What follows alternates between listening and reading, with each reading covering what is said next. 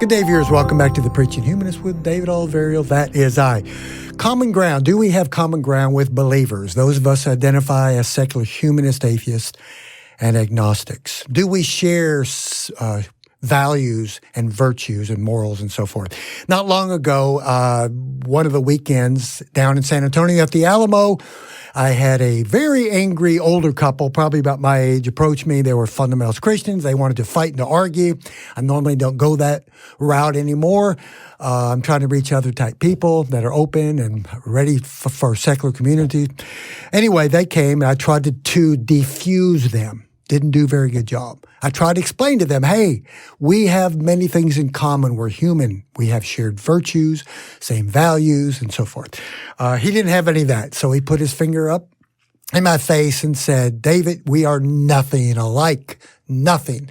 Jesus said, and he started quoting what Jesus said, you're either for us or against us. You are against us. You're an atheist, yada, yada, right? I tried. But many times with believers now, even preachers will let them out with activism on the weekends will approach me, and I begin to defuse the situation when they want to come and have an argument or debate, and I start sharing with them and telling them that we as humans have some things we can have common ground on. Let's talk about that today. Back in 1887, a guy named Friedrich Nietzsche, some of you may know him, a very famous 19th century German philosopher. A lot of things he said, he was on ahead of his time. A lot of things he said I don't agree with, right? Ayn Rand, Adolf Hitler, they liked his stuff. But some of the things he talked about was good.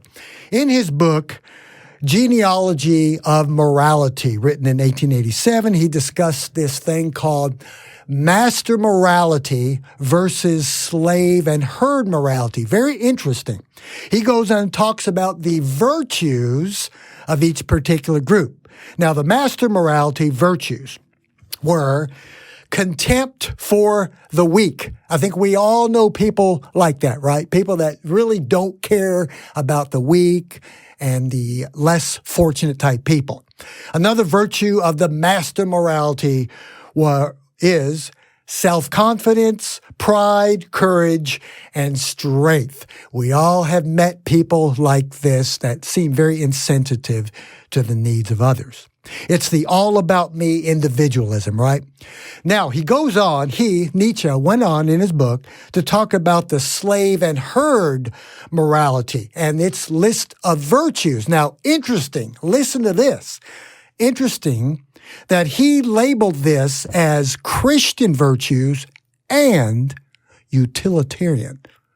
The very premise, one of the major premises of secular humanism is the common good, the happiness, the greatest good and happiness for all. That's a common thing for secular humanism.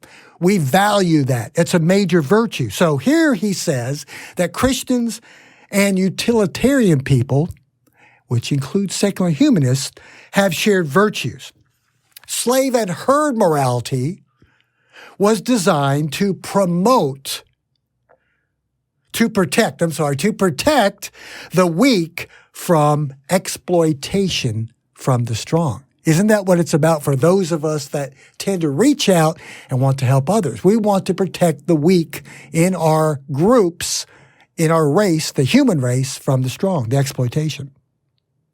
He went on to say that slave and herd virtues and morality promotes virtues and values, I like this, that smooth social life and collective happiness. All right, now let's go over a quick list and let's see if the Christian virtues, which we've heard for years, right? That's Christian, that act over here. That virtue is definitely from the Bible and from God. You wouldn't know it if you didn't have the Bible. Let's find out if we have shared virtues and values. The first virtue that Friedrich Nietzsche talked about in his book of the slave and herd morality was kindness. I mean, that's a no-brainer. Simply kindness. Now, believe it or not, here we are approaching 2020. I still get it from people all the time. In fact, last weekend, I took a few folks with me. We went to 2 different locations here in Austin after we fed homeless people, doing good without God, right? Kindness as atheists and agnostics. And we had our signs up. secular humanism, good without God, and so forth. A guy walked by, or actually, it was a grown man on a little bicycle, one of those small bikes. It was in downtown Austin. He rode by, saw the sign, secular humanism, good without a God. He didn't like that. He yelled out and said, sure, you can be good without God, but you could be a lot better with him. Kind of condescending. He rode off quickly, and I yelled out to him with a smile on my face. I said, no. I said, we just fed homeless people, and actually, I'm a better person now since I've been an unbeliever the last 30 years versus when I was a believer. He didn't want any of that.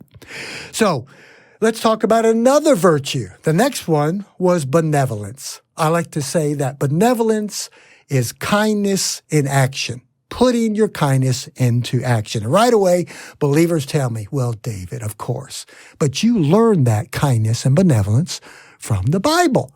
From Jesus. No, these are human virtues innate in us as a social species. I think of the story that believers always tell me, well, you're just being a good Samaritan because you learned that from the Bible. So these are shared virtues. Next one Nietzsche talked about was hard work.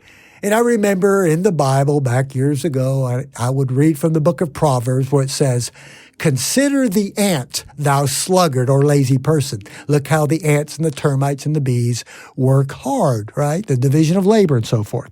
Well, hard work, I think, is innate in us. We've been doing it and working hard for thousands of years prior to the Bible. Many of us are conscientious and we understand this concept. Another one was law-abidingness. I like this because, believe it or not, again, many people still believe that our morals and virtues come from religion and from the Bible. In my family, my genetic roots, my gene pool, I've had several family members who remain very strong Christians, those that haven't disowned me. And they would have a personal joke, family joke about me, David, because I drive slow. When I'm on the road in my car, they say he's a slow driver. Actually, I'm keeping the speed limit, the law. They're all believers, they speed. Now, if they want to speed, that's fine. Personally, I like to be law-abiding. So I believe that this is a virtue that we share with people that are Christian, right? There's not a lot of difference in this. The difference is, where does and do these virtues and values derive from? I say they are derived from human need, human interest, and tested by consequences, right? Next one he mentioned was pity. What is pity? It's the sorrow and compassion for those who are suffering. Most of us would agree, and most believers, Christians, have the same shared virtues and values that we do as unbelievers, having pity for those that are suffering. Now, it's hard for believers to understand, especially those on the right. I had a few people a few weeks ago come up to me while I was out there, and they wanted to know why I would have pity and compassion for those suffering because I'm an atheist. Believe it or not, people still think that way. So I tried to tell one of the guys, I said, hey, I don't have time to explain all this to you. You can go over to that building across the street. See that sign? Austin Public Library, and go read a book. Do some research on your own. Science explains these things. Or you can go to PBS if you watch it. We like to watch PBS. It's about the only TV I watch. I usually read. PBS nature shows. I watched a few weeks ago. They had the hyenas and the African wild dogs from the Serengeti, the Masai Mara, South Africa as well, and Central Africa. And I watch these videos. It's amazing to see how they care for one another, how they have this compassion and this pity for the suffering in their own clan, in their own group, right?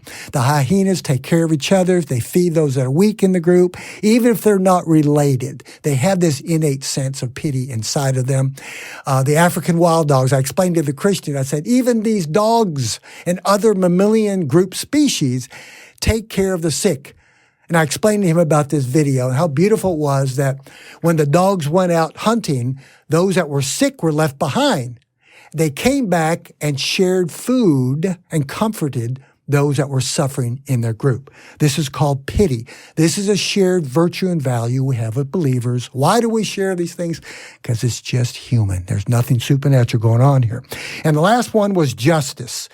Moral rightness and fairness. We would have to agree. We believe in moral rightness and fairness. So here are some things that we can have common ground together with believers.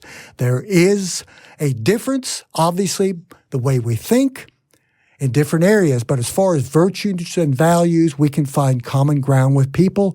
And that is my method when I talk to believers all the time. I defuse at the best ability I can. I attempt to defuse these hardcore debates with them. And I just tell them, folks, we have more in common than you know because we are all human. Okay, I want you to stay tuned for part 2. We're going to talk about those areas that we do not share. I call it the Christian add-ons.